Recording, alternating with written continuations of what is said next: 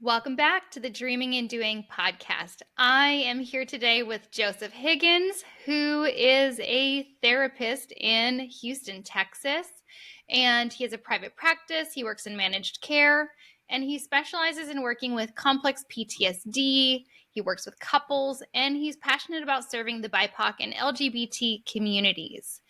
Interestingly and worth noting, he resides with his husband Billy, their 14-year-old daughter Becky, and their beloved English bulldog Lulu, which is an adorable name.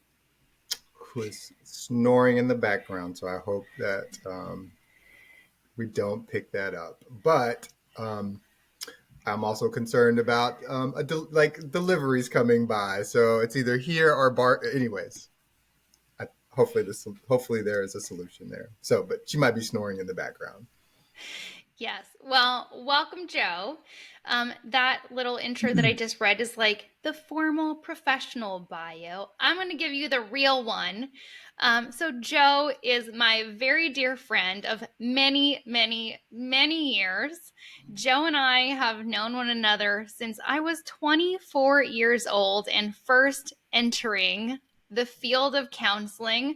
We worked together at my very first counseling job. We were both working at the second oldest methadone clinic in the nation.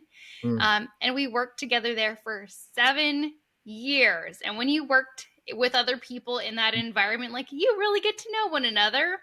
And so over those 7 years, we had a group of us who would do potlucks together, rotating at one another's houses. Joe and I decided we're gonna figure out how to start being runners and have eventually run marathons together. We eventually started our private practices together, shared our office spaces, and then he did the unthinkable thing, which is he moved far away to Texas, which was terrible. But all that to say, I think you're going to really love Joe. We're going to be talking today about what it means to live a good life. And I know that Joe is the perfect person to have this conversation with because we have had countless conversations about life, what it means to live a good life, to live fully and intentionally. And so I'm really excited about our conversation. And even though Joe is an avid podcast consumer, this is his first podcast. Yes, Joe? Your first time being on a podcast. Yes. Except one time when we were working at our the job we worked together, I was on the local NPR station I don't think for I knew this. it was for that company. It was for that clinic, and our director asked me to go, which was the what do you call it? The station was right behind us, like a couple blocks away, and we were talking about the work we were doing, and she couldn't go, so she asked me to go. So, um, I was always a goal of mine to get on NPR for some reason, and that kind of, it was our local NPR. So, So, not the first. I'm sure it wasn't even a podcast back then. It was just radio, just radio. Yeah. Well, I'm glad to have you here because I know that this is a topic we've talked a lot about. I think it's a topic a lot of people think about. It's like, what does it mean to live a good life? Yeah. Right. And that's like the question we are forever thinking about, trying to solve, asking if we're doing it right. Um, so I'm wondering for you today, like who Hmm. you are today, when you think about what living a good life means for yourself, what does that mean? It's and as you were even asking, like, or introducing the topic, and I was like, that has changed. I'll say drastically, but I mean, it definitely has changed over the years. Like today for me, like living the good life is like, oh, you have your health, right? Because in your heading out of my 40s, you know, you whether it's you or your friends, things start happening, right? And you start thinking, oh, you're like, oh, like you're now at that age. So anyway, so the good life definitely today involves like health and um, being able to maintain, like the ability to maintain good. What do you call it? Like good. Just daily, daily activities that maintain, your health. So it also means, you know, be not only being with family, but now you're responsible for like be curating the family. You're not just showing up anymore. So maybe back in the Hmm. day you might have said like, oh yeah, being around family, but it's like, oh, now you're responsible. You're responsible for doing that. The good life is being able to, yeah, being able to go on vacation. You definitely vacation differently. And what the good life on vacation today for me is definitely different. Today is like, oh, getting up early to climb, possibly climb that mountain, and in my 20s, it was probably not getting up early. It was probably staying up late to go out to, you know, the entertainment, the nightly entertainment, but being able, but I think consistently being able to do those things regardless um, is, I think, the good life. Being able to even have that privilege of think Hmm. like we're thinking about um, the good life. It's an option for us. It's an option, yeah. And but I also think too, and I think oftentimes we're talking about the good life. Sometimes we're thinking about travel. Um, but I think sometimes you travel and you understand that sometimes people in different cultures have